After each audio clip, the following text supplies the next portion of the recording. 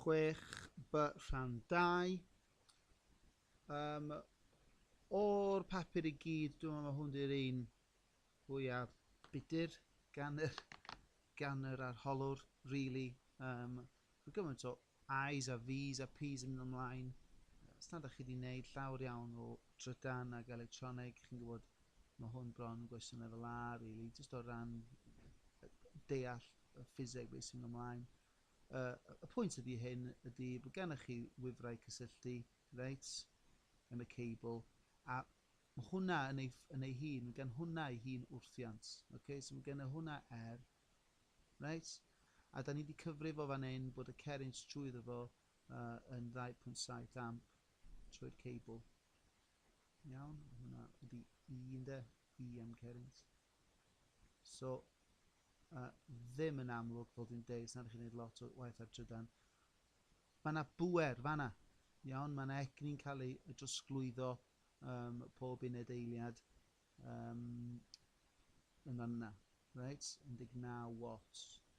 So, really, chi'n gwybod, dwi'n gweld hwnna'n gwestiwn braidd yn, wel, braidd yn anodd I weld, really, o ran tygau ffiseg. Chydig bach yn... Wel, dyna fo. Mae yna bob amser I wneud cwestiwn dadleuol, does. So, na ni'n mynd ymlaen I wneud o beth bynnag. Iawn. So, da ni'n gwybod bod P equals I squared R. So, maen nhw'n chwilio am hwnna beth bynnag. Iawn. A wedyn, oherwydd hynny, mae rai bod R yn halo I P rhan o I squared. Iawn. A dyna ni'n rhoi rhifau mewn, sef 19, ydych chi o rhifau yn gyfforddus iawn dewis y rhifau cywir. Mae'n trwy mae'r pawb, ond y tric ydy dewis y rhifau cywir, ynddi. A ydych chi'n gwneud, mae'r rhan fwy ydych chi'n gwneud yn trwy look, neu os ydych chi'n andros o gyfarwydd efo trydan, ydych chi'n gwneud electroneg yn eich fantes hefyd, ydych chi'n gwybod sut i'n gwneud hyn. Okay?